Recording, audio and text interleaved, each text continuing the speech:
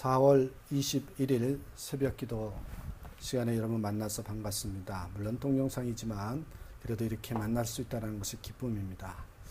오늘은 부활절을 맞이하고 첫 새벽 기도 시간인데요.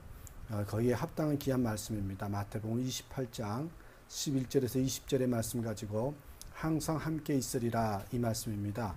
부활하신 주님께서 첫 번째로 만났던 장소가 바로 갈릴리란 지역에서 예수님을 제자들에 만났는데 제자들에게 하셨던 말씀이 오늘 본문의 내용입니다. 참 우리의 지금 현재 시점하고 너무나도 잘 맞는다고 생각이 됩니다.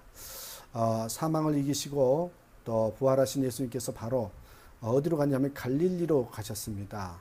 그래서 누구요? 사랑하는 제자들을 다시 만났더랬어요. 얼마나 여러분 기쁘고 감격스러운 만남의 장소입니까? 또한 이 갈릴리라는 지역은요, 또 어떤 의미와 역사와 또 추억이 깃든 곳이기도 합니다. 그곳에서 이제 예수님께서 승천하기 전에 부활하신 주님께서 제자들에게 마지막으로 유언과도 같은 말씀을 전해주는 본문이 오늘 말씀입니다. 그래서 지상에서의 예수님의 마지막 말씀이다. 그 마지막 말씀이 바로 이거다라고 생각하시면 되겠습니다.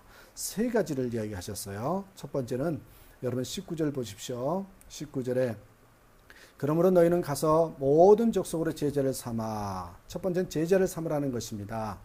여기에서 또한 먼저 좀 볼 것은요. 모든 족속이란 단어입니다. 모든 것을 초월해서 글자 그대로 인류 전체에게 복음을 전하라는 것입니다. 예수 그리스도의 복음은요. 특징이 우주적이고 보편적인 성격을 가지고 있습니다. 다시 말해 누구에게나 동등하게 공평한 차별이 없는 복음이다. 이렇게 말씀을 드릴 수 있다는 거지요. 하나님께서는 당신의 독생자이신 예수 그리스도를 세상에 보내사 온 인류의 죄악을 친히 담당하셨기 때문에 그렇습니다. 특정한 민족이나 신분의 사람만을 위해서 십자가 부활이 아니라는 겁니다. 어느 민족도 누구도 복음에서 제외되는 사람은 없다는 것입니다. 그러므로 우리는 모든 장벽과 환경을 초월해서 모든 족속에게 그리스도의 복음을 증거해서 제자를 삼으셔야 됩니다. 제자를 삼는다는 것은 여러분 먼저 선제 조건이 있죠. 전도하라는 말씀입니다. 영혼 구원을 위해서 사명을 감당하라는 것입니다. 이게 바로 교회의 사명이기도 하고 또한 우리 성도의 사명이기도 합니다. 여러분 이런 이야기가 있습니다. 깊은 산골에서 농사를 짓는 젊은 부부가 있었어요. 그 남편은 한 달에 한 번씩 장을 보러 읍내에 나갔다고 합니다. 그때마다 아내는 3살 된 딸과 갓 돌을 지난 아들 하나를 데리고 있어야 됐습니다. 그런데 한 번은요, 아내가 이 장작더미를 드는 순간에 그 속에서 숨어있던 독사가 나와서 아내의 발을 물어버렸습니다. 독사잖아요. 그래서 아내는 독사의 독이 온몸에 퍼져오는 것을 감지하게 됩니다. 곰곰이 생각해 보니까 내가 지금 죽으면 어떻게 되는가? 남편은 사흘 후에 오고 그러면 사흘 동안 먹지 못한 우리 아이들은 어떻게 될 것인가? 굶어 죽을지도 모른다. 이웃도 없다. 그런 생각이 들더랍니다. 그래서 어떻게든지 죽더라도 아이들에게 먹을 것을 마련하고 죽어야 되겠다 생각을 했던 거죠. 그래서 불을 피워서 아이들이 먹을 우유를 데우고 음식을 만들었습니다. 준비하다 보니 온몸에서 땀이 비오듯 쏟아졌죠. 그래서 계속 불을 피웠습니다. 정신이 점점 혼미해졌습니다. 어머니의 마지막 사랑이 계속 펼쳐진 것입니다. 근데 기적이 일어난 겁니다. 몇 시간 후에 아내는 아직도 자기가 살아있다는 것을 깨닫고는 깜짝 놀란 겁니다. 비오듯 쏟은 땀과 함께요, 이 뱀의 독이 흘러나온 것입니다. 만약 어머니가 그대로 주저앉아서 신세한탄을 했더라면 아마 남편은 비참하게 세 가족의 시체를 발견했을 것입니다. 여러분 무슨 말씀인지 아시지요? 이 전도라는 것이 부담되고 힘들고 어려운 것이 있습니다. 그러나 감당하지 않으면 우리 모두가 다 죽을 수 있다는 것입니다. 미치면 미치고 안 미치면 못 미친다는 말이 있습니다. 우리 모두는 예수님의 명령인 전도에 미쳐야 합니다. 전도하는 성도와 교회는 반드시 살고 부흥하기 때문에 그렇습니다. 그러나 어렵고 힘들다고 해서 전도하지 않으면 여러분 영혼도 죽고요. 부흥과 성장은 결코 기대할 수 없습니다. 부활하신 주님께서 제자들에게 첫 번째로 유언 같은 말씀했던 거, 전도하여 제자를 삼으라. 저는 이것이 우리 교회이고 우리 성도들의 삶의 분명한 목적이라는 것을 잊지 않고 살았으면 좋겠습니다. 제자를 삼는 데 앞장서는, 전도하는 데 앞장서는 저와 여러분 되시길 간절히 축원합니다. 오늘 두 번째, 부활하신 주님께서 유언하신 말씀이 보십시오. 19절 하반절입니다. 아버지와 아들과 성령의 이름으로 세례를 주고, 여기에서 여러분 아버지와 아들과 성령이란 말씀에서 유명한 삼위일체라는 단어가 나오죠. 성경 안에 삼위일체라는 단어는 없습니다. 그러나 이렇게 간접적으로 삼위일체를 시사해 준 구절은 많이 있습니다. 이것을 이제 성경학자나 신학자들이 삼위일체 이런 용어를 만들어낸 것입니다. 아무튼 이런 본문에서는 이 삼위의 이름으로 세례를 주라고 했습니다. 여러분 여기에 세례를 주라 할 때 세례의 의미를 한번 생각해 보십시오. 세례는 구원받은 성도가 받는 것입니다. 예수 그리스도의 죽음과 부활에 자신을 동일시하는 겁니다. 여러분 세례는 공적으로 공동체 앞에서 자신의 신앙 고백을 한 거잖아요. 하나님과 성도와 만인 앞에서 예수 그리스도를 믿으며 내가 그분을 위해서 살겠다라는 선포입니다. 주님을 위해서 살겠다라는 선포입니다. 내가 이제는 내 인생의 주인을 예수님으로 모시고 살겠다라는 선포입니다. 역사적인 순간입니다. 여러분 부부가 서로 결혼식을 하면 내가 당신을 사랑하고 당신을 위해서 살겠다고 약속하는 그런 것이 결혼식 아닙니까? 그런 것처럼 이 세례는 하나님과 우리의 영적인 결혼식과 같은 그런 의미가 있다는 것입니다. 유럽의 종교개혁자인 루터와 쯔빙글리가 각자가 추구하는 종교개혁이 조금 방향이 달랐나 봅니다. 그래서 만나기만 하면 종교개혁에 대해서 이야기를 할 때 의견 충돌이 생겼다고 합니다. 어느 날 두 사람이 스위스의 산에 오르고 있었는데 그때 두 마리 연소가 마치 매우 통나무랄까요? 그 좁은 다리 위로 서로 노려보고 있으면서 어느 정도 서로가 통나무를 걸어가다가 중간에서 오지도 가지도 못했다는 거죠. 그래 곧 한판 싸움이 붙을 것이라 라고 생각하면서 그걸 지켜보았답니다. 근데 그 순간 예상치 못한 일이 발생했습니다.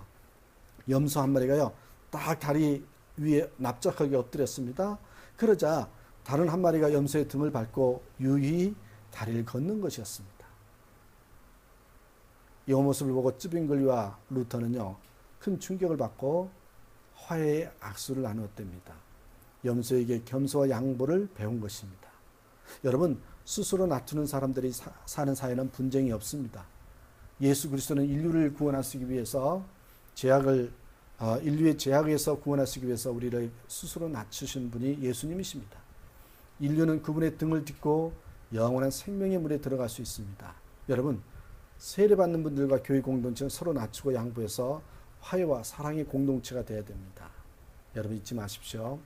세례 이렇게 주라고 말씀하신 것 속에는 또한 우리에게 낮고 낮아져서 그들과 하나 되라는 의미도 있다는 것입니다. 자, 마지막 세 번째로 보겠습니다. 20절 말씀 보시겠어요? 부활하신 주님께서 제자들에게 마지막 유언과 같은 말씀을 하신 거 20절은 내가 너희에게 분반 모든 것을 가르쳐 지키게 하라. 볼지어다 내가 세상 끝날까지 너희와 항상 함께 있으리라 하시니라. 보십시오. 세 번째는요. 가르치라는 것입니다. 복음을 전하고 세례를 주는 것에서 모든 것이 끝나는 것이 아니라 그들을 말씀으로 가르쳐야 할 사명이 있다는 것입니다.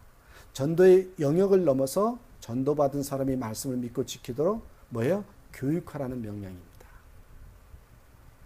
가르침을 받지 않는 신앙은 맹목에 빠지기 쉽고요. 미신에 떨어지기 쉽습니다.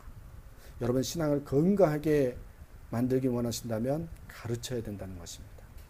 가르친 것을 지키도록 계속 가르치고 신앙의 본을 보여야 됩니다. 사람은요. 죽는 순간까지 배워야 하듯이 주님 재림하시는 날까지 교회는 말씀을 가르치는 그런 사명에 충실해야 됩니다. 저는 늘 생각합니다. 말씀을 배우고 그래서 그 말씀이 내 가슴속에 품고 있으면 말씀에는 생명이 있기 때문에 그것이 사람을 변화에 일으키고 사명을 감당하는 힘을 준다는 것입니다. 여러분 그래서 알아야 그것을 품게 되고 알아야 생명력을 얻게 될 수 있습니다. 그래서 여러분 가르치는 사역 굉장히 중요하다는 것입니다. 여러분 그러면 무엇을 가르쳐야 되는 걸까요? 아니 어떻게 가르쳐야 될까요? 여러분 이 예화를 하나 드리면서 소개해 드리겠습니다. 들어봤던 예화일 것입니다. 알렉산더 대왕이 4만 명의 병정을 이끌고 이 동방 원정에 나섰습니다. 근데 이 알렉산더는 지리에 밟지 않아서 이 대군은 사막의 중심에서 헤어나지 못했습니다. 전투는 고사하고요, 사막에서 떼죽음을 당하는 그런 위험에 처합니다. 알렉산더와 군사들은 심한 이 사막에서 갈증을 느끼죠. 그때 한 군사가 그래도 알렉산더 대왕을 내가 살려야 되겠다 생각하는 마음에 이 적진에 들어가서 요 물을 구해가지고 오게 됩니다. 물 한 병을 훔쳐온 것이죠. 대왕님, 이 물로 목을 축이시고 힘을 내서 우리를 좀 구출해 주시옵소서. 그렇게 얘기를 하면서 여러분, 이 말을 끝나고 이 사람은 물도 못 마셨는지 그 자리에서 죽고 말았습니다. 군사들은요, 알렉산더가 과연 물을 어떻게 하는가를 주시했습니다. 알렉산더는 내가 이 물을 먹는 것은 내 부하의 피를 마시는 것 같다 라고 하면서요, 물을 조금 해서 수건에 적셔서 이 죽은 부하의 몸에 뿌렸다고 합니다. 그리고 남은 물을 가지고 군사들을 향해서 외쳤습니다. 우리 모두 한 방울씩 물을 나누자. 그리고 용감하게 싸우자. 군사들은 이 알렉산더의 후덕에 감동을 받아 갈증을 입고 적진에 뛰어들었습니다. 그리고 대승을 거두었습니다. 여러분, 뭘 말해주고 있습니까? 삶으로 보여준 가르침입니다. 삶으로 보여준 가르침이라는 겁니다. 참된 지도자는 고통을 이겨야 합니다. 모든 사람들 자기 몸처럼 사랑해야 됩니다. 그런데요, 가르침은요, 말이 아니라 삶이라는 것입니다. 예수님처럼 삶으로 말해야 됩니다. 삶이 없는 말은 영향력이 없는 울리는 꽹과리에 불과한 것입니다. 사랑하는 여러분, 우리 하늘교회가 존재하는 이유 중에 하나가 이러한 삶을 통해서 우리의 삶을 통해서 가르침의 역할을 감당해야 된다는 것입니다. 이제 말씀을 마치겠습니다. 사랑하는 여러분, 부활절을 맞이하는 첫날의 새벽입니다. 이 새벽에 이 첫날에 주님께서 이제 마지막 제자들에게 갈릴리에서 주시는 유언 같은 말씀이 있습니다. 뭡니까? 전도하여 제자를 삼으라. 그리고 세례를 주고 그 다음에 마지막 가르치라는 겁니다. 이 사명을 감당하는 우리 하늘교회 또는 우리 성도 되기를 간절히 축원합니다. 하나님 감사합니다. 저희들 하나님께서 원하시는 것이 무엇이고 하나님께서 우리에게 주신 사명이 무엇인지를 깨달아 그 사명을 기쁨으로 잘 감당하는 저희들 되게 하옵소서. 결국 기쁨으로 사명을 감당하면 나도 살고 또한 교회도 살고 주변의 영혼도 살 텐데 이 사명을 감당하지 못하면 나도 죽고 우리 주변도 모두 죽는다는 것을 깨달아 이 마지막 유언과 같은 주님의 명령에 순종해 나가는 우리의 삶이 되게 하옵소서. 예수님의 이름으로 축복하고 기도하옵나이다. 아멘. 여러분, 이 시간에는 이제 오늘 주보의 기도 제목이 있죠. 그 기도 제목을 붙들고 함께 기도하고 그 다음에 돌아가시면 되겠습니다. 오늘 하루도 주 안에서 승리하십시오. 함께 기도합니다.